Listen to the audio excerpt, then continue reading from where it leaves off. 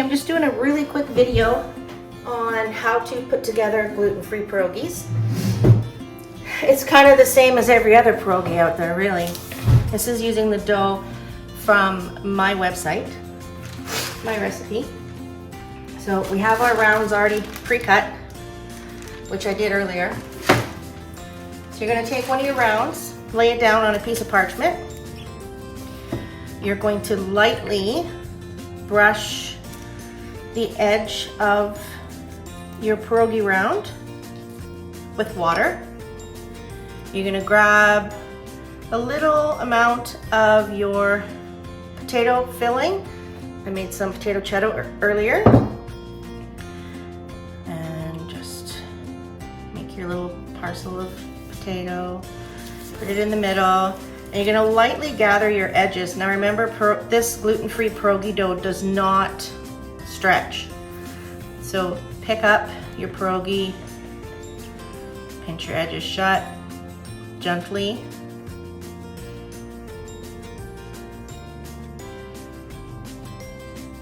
There you go. See a very nice little pierogi now. Lay it down, and with a fork, you're going to dip your fork in some tapioca starch because you want to make sure that your fork is dry. And you're going to just make a nice little decorative edge. At the same time as making this edge, you're actually sealing it together to make sure that your filling doesn't come out while you cook it. There you go. So now you have this beautiful little pierogi. Nice little parcel of doughiness. And when you're cooking them, you're just going to place them in boiling water like you would a regular pierogi. And for a couple minutes until they float. Same deal. Drain them. I like to then add butter in a casserole dish, layer my pierogies with caramelized onions and bacon, and then bake it for a little while just to let those flavors get together. You can also drain your pierogies until they're kind of dry on the outside after being cooked, and then you can pan fry them. Make sure they're dry. Don't put them in wet, because if you do, the oil's gonna get through the skin. They're gonna fall apart. So we're gonna put this over on my tray. I've already made some pierogies. I lay them out like this so that I can flash freeze them before I put them in freezer eggs. So, okay. Let's do a couple more.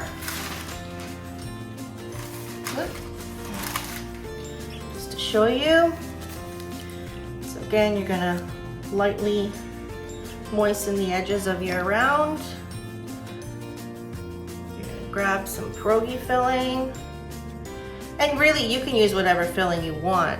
On my website, you'll see a recipe for both the potato cheddar and for a cottage cheese dill one.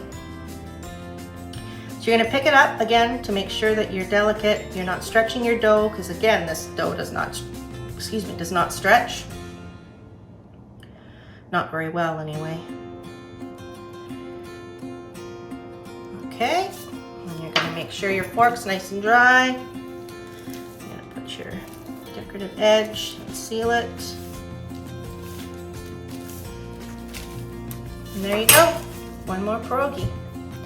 So happy pierogi making. I hope they work for you. The dough is just as simple as any other dough. Just make sure you use the tapioca starch so that it's not too sticky.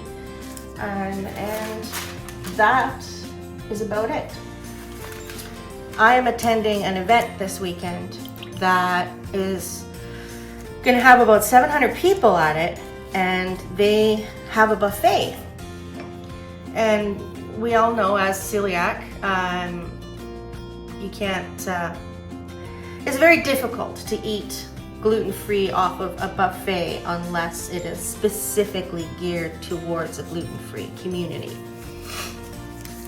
Even then, I mean, I've heard horror stories about people putting a slice of bread underneath gluten-free bacon, you know, and the bread's not gluten-free. So it's hard to eat off buffet when you're gluten-free.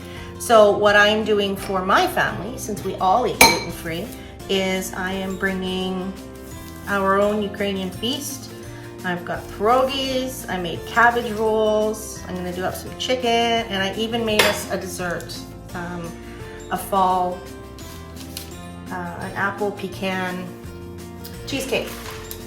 So yeah, so we're going prepared. So, all right, I'm gonna make this last one, and I'm gonna sign off and let you guys go off and make your pierogies. Follow the recipe on my website, and it's really a very simple recipe. If you use the same blend of flour as I do, which is knick-knick, you only have really 3 ingredients with some added pepper if you want. It's the knick-knick flour, some sour cream, and salt and pepper. So 4 ingredients, I guess, if you choose to use the pepper. So, whoop, my mistake. There's no pepper in the dough. I'm talking about the cheddar filling. The dough itself is just flour and sour cream. That's it. Unless you decide to use a blend that doesn't have xanthan gum, and then you're gonna need to add your xanthan gum as well. Amounts are listed on the recipe. So thank you for joining me. I hope you enjoyed watching the video.